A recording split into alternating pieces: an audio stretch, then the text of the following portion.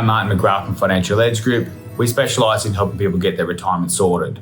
Because of our background, in particular myself, I've got a master's degree in financial planning, I've got a background as a tax agent, chartered accountant.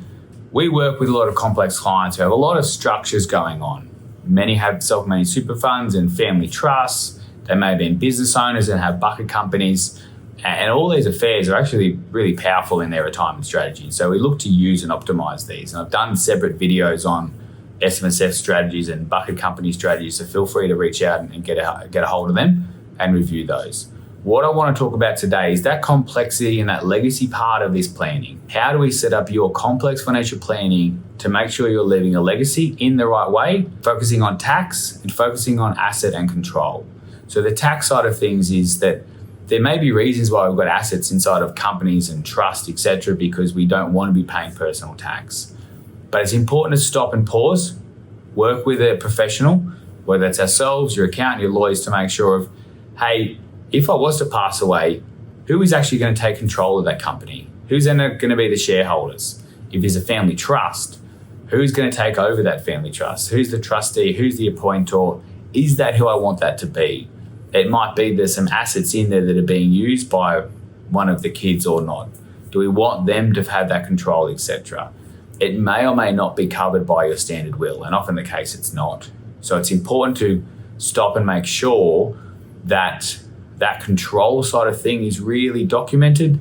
You know what's happening, because that's the most important part, but also that the legal documents about what you want to happen is set out in the right manner.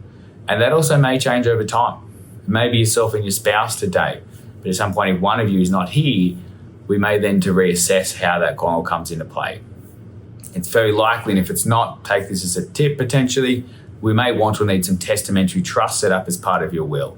How do those companies or SMSFs you've got work with or against those kind of structures to make sure that it all kind of flows through and connects? There's some fairly complex moving parts here. It's important to make sure you've got a professional kind of guiding you through this process, understanding the tax side and the legal side to make sure that things end up the way you want to do in that regard. Similarly, from the tax side, it may be that this is the most optimal structure for you today. Is it going to continue to be the most optimal structure for your beneficiaries? Is there a point where it just makes sense to shut down that bucket company, pay some top-up tax, move that money out into a different tax structure so it can flow more effectively into a testamentary trust? And then at least it might be some tax we have to pay today, but that might be half the tax of otherwise that your beneficiary might have had to pay at some point in the future.